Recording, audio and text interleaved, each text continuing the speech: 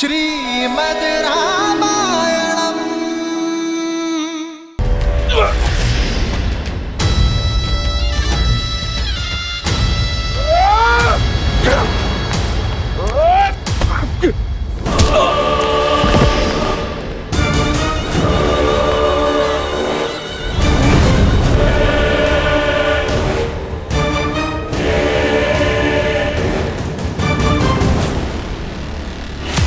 मुझ पर आक्रमण करने से पहले तुम्हें स्मरण होना चाहिए था, काल मेरा दास है। अब बताओ, मुझसे तुम्हारी रक्षा कौन करेगा? तुम्हारा धर्म, तुम्हारा सत्य, तुम्हारा राम? मित्र, मुझसे बचाने कोई नहीं आएगा। जब संकट सर पर आता है तो केवल बल बचाता है, और रावण के विरुद्ध लड़ने के लिए तुम्हारे पास कोई बल नहीं है। अपने प्राण त्यागने के लिए सज हो जाओ वानर।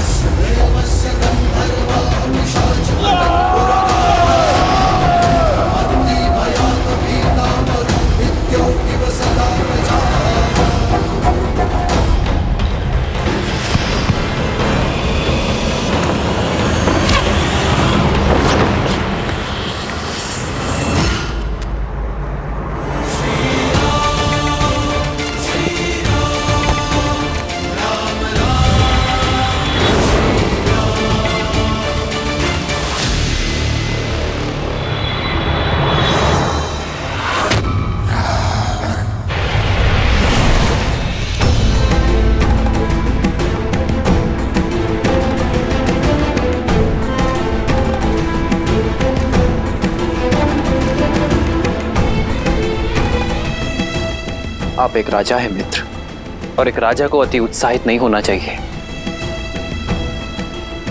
हम धर्म युद्ध के लिए आए हैं, इस प्रकार घात के लिए नहीं। आप हमारी सेना के प्रमुख सेनापति हैं। इस अति उत्साह के चलते यदि आपको कुछ हो जाता तो क्या उत्तर देता मैं वानर सेना को? क्या उत्तर देता मैं देवी रूमा को?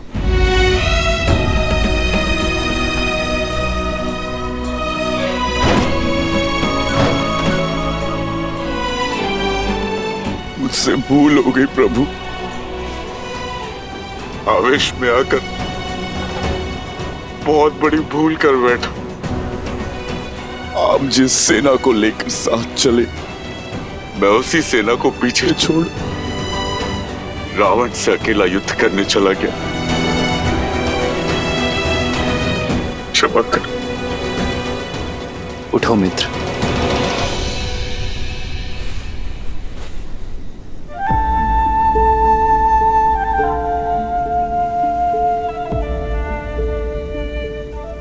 आप इस युद्ध के नायक हैं, इस महासेना के राजा हैं, और एक नायक का कर्तव्य होता है कि वो सबको अपने साथ लेकर चले, अपने नियमों का पालन करें। केवल इस क्षण का नहीं, आने वाले कल का भी सोचे। भावनाओं में बहकर भविष्य की सूझ खो बैठा था मैं। रावण पर अचानक आक्रमण करने का दुस्साहस अनुचित है मित्र, किंतु अपनी भूल को स्वीकारने का प्रयास प्रशंसनीय है। अपनी साहस का परिचय तो आपने दे दिया, अब अपनी सामर्थ्य का परिचय दीजिए। शत्रु के द्वार पर हम खड़े हैं, अपनी वानर सेना का मार्गदर्शन कीजिए मित्र। उनके लिए एक उदाहरण सिद्ध कीजिए, और इस युद्ध में मेरे सहायक बनिए। इतनी बड़ी भूल को भूलकर मुझको अब इतना बड़ा दायित्व सौंप रहे हैं। अपने भक्त को पुनः अपना सिर उठाने का अवसर दे। आप धन्य है प्रभु, आप धन्य।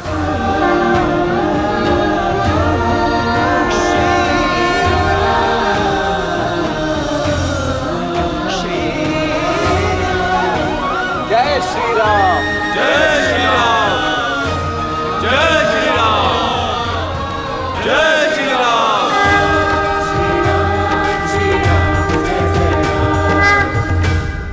मुकुट का स्थान राजा के शीश पर होता है। शुक, महाराज, किष्किंधा के राजा को उसका मुकुट लौटा दो। कोई संदेश महाराज?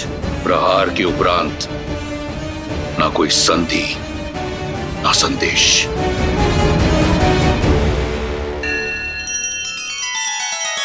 श्री रामचंद्र कृपालु भजु मन हरण भव भय दारुणम। नव कंज लोचन कंज मुख कर कंज पद कंजारुणम। सिया राम, सिया राम, सिया राम, सिया राम। आदर्श और मर्यादा की है ये कथा महापावनम। काट मद श्री से मिला दे श्रीमद् रामायणम।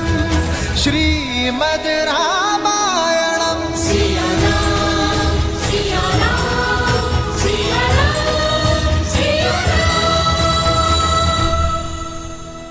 क्या? हाँ, सुग्रीव नाम था उसका। दशानन पर भारी पड़ गया था। पूरी लंका चिंतित है। समय है कि लंका चिंता ना करें, चिंतन करें। सोचो, जिस सेना के एक वानर ने लंकेश के मस्तक पर बल डाल दिया था, तो जब उस सेना के नायक स्वयं रावण के सामने आएंगे तो वो क्या करेंगे, तब क्या होगा? कल प्रातःकाल दशानन ने विशेष सभा बुलाई है। मैं वहां जाकर पूरी सूचना लेकर आऊंगी। किंतु सीता, राम क्या करेंगे? जिस लंका को, लंकेश को आज तक कोई नहीं जीत पाया है, वो कैसे जीतेंगे? जिन्होंने सागर को स्वयं मार्ग देने पर विवश कर दिया, जिन्होंने वानरों को योद्धा बना दिया, उनके लिए कुछ भी असंभव नहीं है त्रिजटा। और अब वो कुछ ऐसा करेंगे जो किसी ने कभी नहीं सोचा होगा। प्रभु, आपकी योजना अति उत्तम। आपका साथ और लंका के भीतर की सूचना ना होती तो ये योजना कभी संभव नहीं हो पाती। अब सभी नायक ध्यान से सुनिए। रावण को लगता है कि लंका का चारों ओर सागर से घिरे रहना उसका सबसे बड़ा बल है, और हम उसके इसी बल को उसकी दुर्बलता बना देंगे। लंका में प्रवेश करने के 4 मुख्य द्वार हैं: पूर्व द्वार, पश्चिम द्वार, उत्तर द्वार और दक्षिण द्वार। हम लंका तक जाने वाली हर खाद्य और युद्ध सामग्री का मार्ग बंद कर देंगे। लंका का पूर्ण घेराव होगा। ना कोई बाहर से आ पाएगा और ना ही कोई भीतर से बाहर जा पाएगा। इसके हमें 2 लाभ होंगे। पहला, लंका दिन प्रतिदिन दुर्बल होगी, और दूसरा, लंका की सेना का मनोबल गिरता जाएगा। प्रभु, कौन सा सेनापति कौन से द्वार पर होगा? पहले वानर सेना को लंका का घेराव करने दीजिए। हम फिर निर्णय लेंगे कि कौन सा सेनापति किस द्वार को संभालेगा। सर्वप्रथम दक्षिण द्वार का घेराव किया जाएगा, क्योंकि वहां सबसे कम सुरक्षा है। फिर सेना की एक टुकड़ी पश्चिम द्वार पर जाएगी और बिना समय नष्ट किए सेना की एक टुकड़ी पूर्व द्वार पर जाएगी। उत्तर द्वार की स्थिति सबसे महत्वपूर्ण है और सबसे संवेदनशील भी। यदि वहां से वार हुआ तो हमारी सेना और शिविर दोनों आहत होंगे। इसलिए इसका पहरा सबसे अधिक होना चाहिए। वहां मैं अपना सबसे सर्वश्रेष्ठ नायक भेजूंगा। हम लंका का घेराव करके निश्चिंत नहीं हो सकते। हमारा यह दाव देखकर रावण और उसकी सेना चुप नहीं बैठेगी। इसलिए हमें हर अनिष्ट के लिए सज्ज रहना होगा।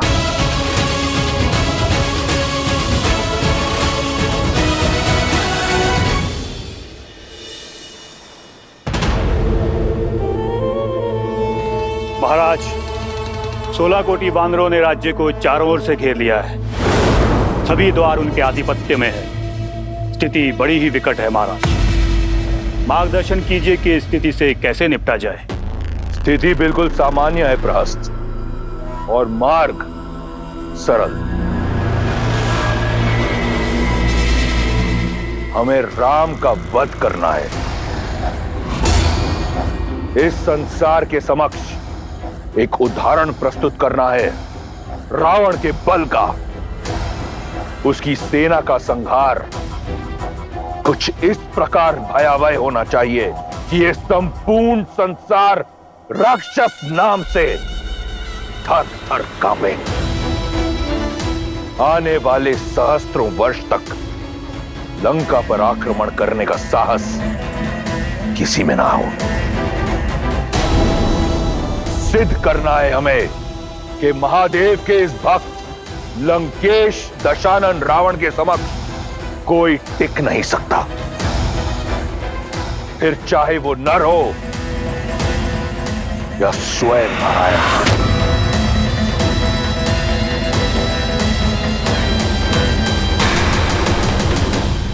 साजोपुत्र, लंका के शत्रुओं का रक्त चखने के लिए मेरी तलवार कब से लालायित है पिताश्री। तो फिर लंका के युवराज और मेरे सर्वोच्च सेनापति होने का दायित्व निभाओ। युद्ध नीति बनाओ और आगे बढ़ो। तुम्हारे हर निर्णय में मैं तुम्हारे साथ हूं। राम और उसकी वानर सेना को यह अनुमान भी नहीं होगा कि कैसी काज गिरने वाली है उन पर।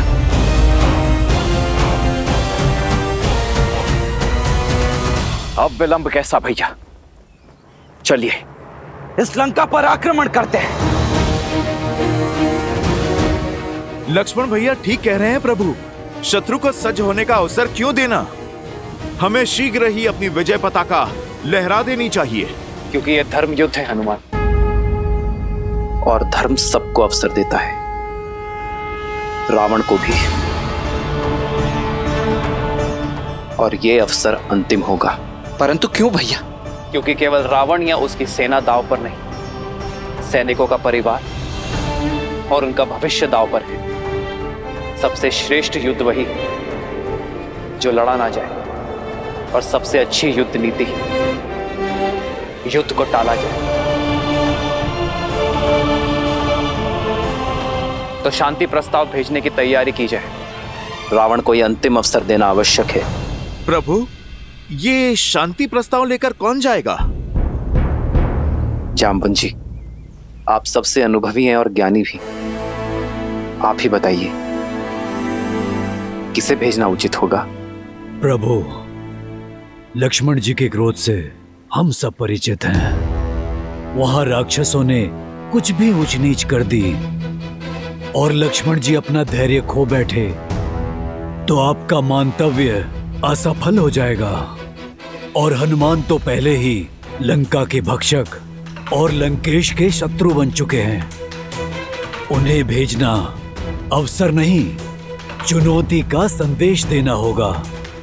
और वानर राज सुग्रीव ने कल जो किया, उसके पश्चात रावण और उनके बीच वार्ता का कोई स्थान शेष नहीं बचा है। नल और नील सेतु बनाने में चतुरता रखते हैं, किंतु बात कला में उतने प्रवीण नहीं।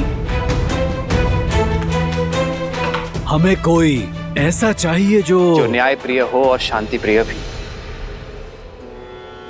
जो शक्तिमान हो और बुद्धिमान भी, जिसके पास वाक चातुर्य हो और बाहुबल भी, जो व्यवहार में संतुलित हो, जो एक राजा से बात करने के योग्य पद पर, भावी राजा।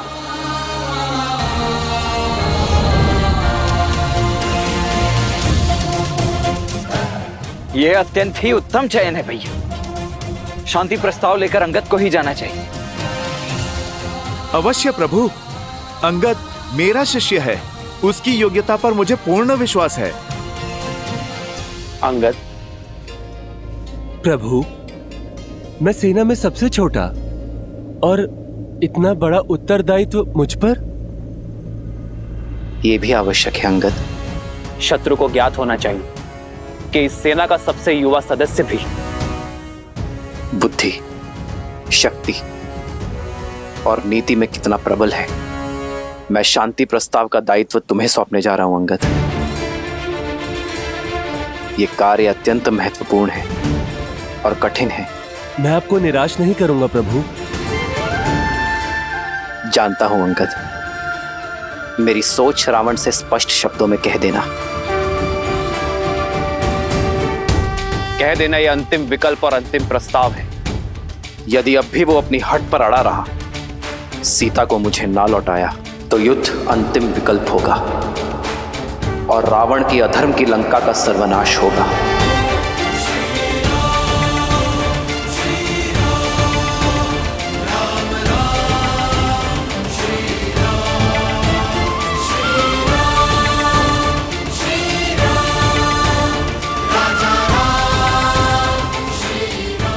जाओ अंगद।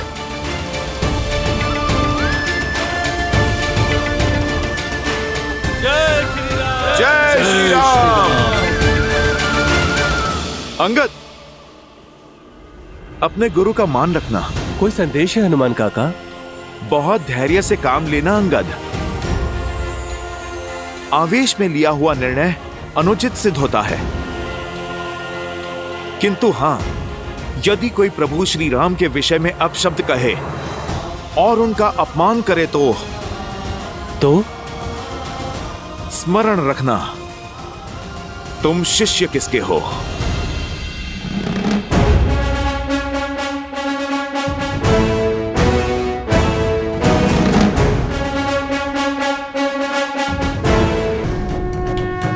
जय श्री राम। अरे कोई लंकेश को बताओ, वो वानर फिर आ गया। अरे शस्त्रगार भंडार की रक्षा करो, कहीं वो फिर से लंका को न जला दे।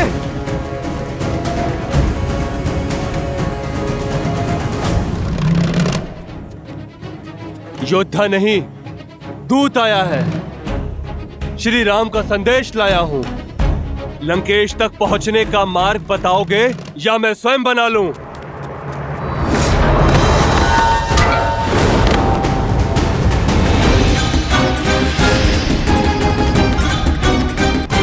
अरे वो पुनः लौट आया।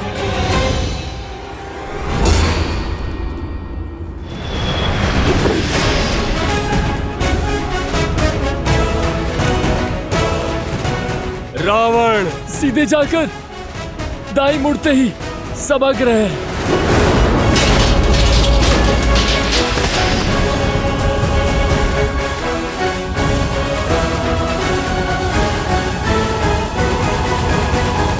करने दो रावण को युद्ध की तैयारी। विजयी तो धर्म और सत्य की ही होगी। मेरे श्री राम की होगी त्रिजटा। सुना है श्री राम ने शांति प्रस्ताव के लिए किसी वानर दूत को भेजा है। क्यों? युद्ध से पहले किसी दूत को क्यों? यही तो अंतर है त्रिजटा, मेरे श्री राम और रावण में। श्री राम अपने शत्रु को भी एक अंतिम अवसर देते हैं त्रिजटा।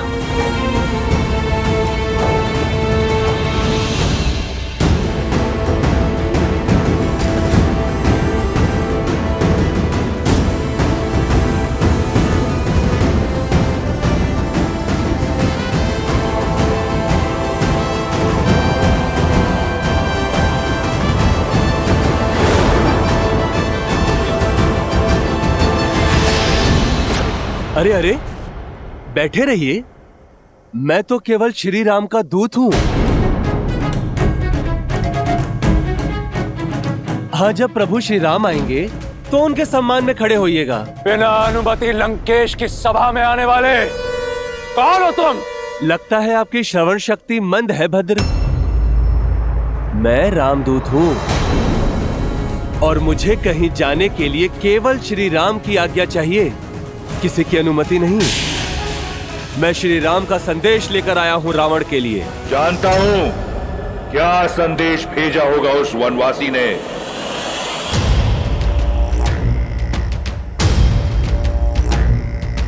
यस्य देवस्य गन्धर्वाः पिशाचपटकुरकाः विद्रवन्ति भयात् भीता मरुभिद्यो इव सदा प्रजाः। एक बार फिर संधि का निमंत्रण भेजा है। एक कायर से यही आशा थी।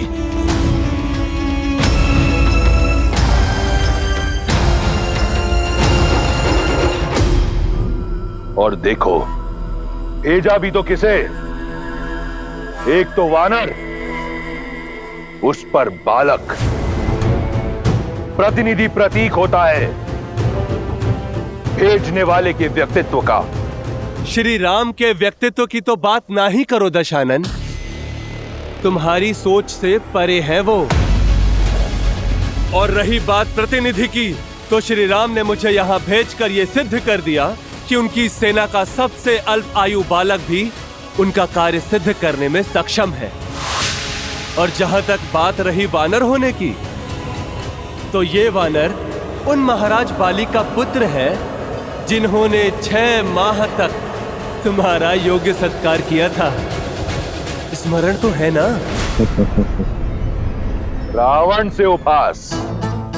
बालक, यदि मैं चाहूं तो इसी क्षण तुम्हारे प्राण हर सकता हूं, परंतु मैं ऐसा करूंगा नहीं, क्योंकि तुम मेरे मित्र बाली के पुत्र हो, मेरे पुत्र समान। और मित्रों में युद्ध शोभा नहीं देता। कितनी लज्जाजनक बात है कि किष्किंधा का युवराज, किष्किंधा का भावी महाराज एक वनवासी के चरणों का दास बना बैठा है।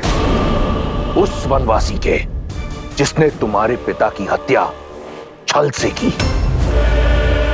ऐसा तुच्छ कार्य तुम्हें शोभा नहीं देता।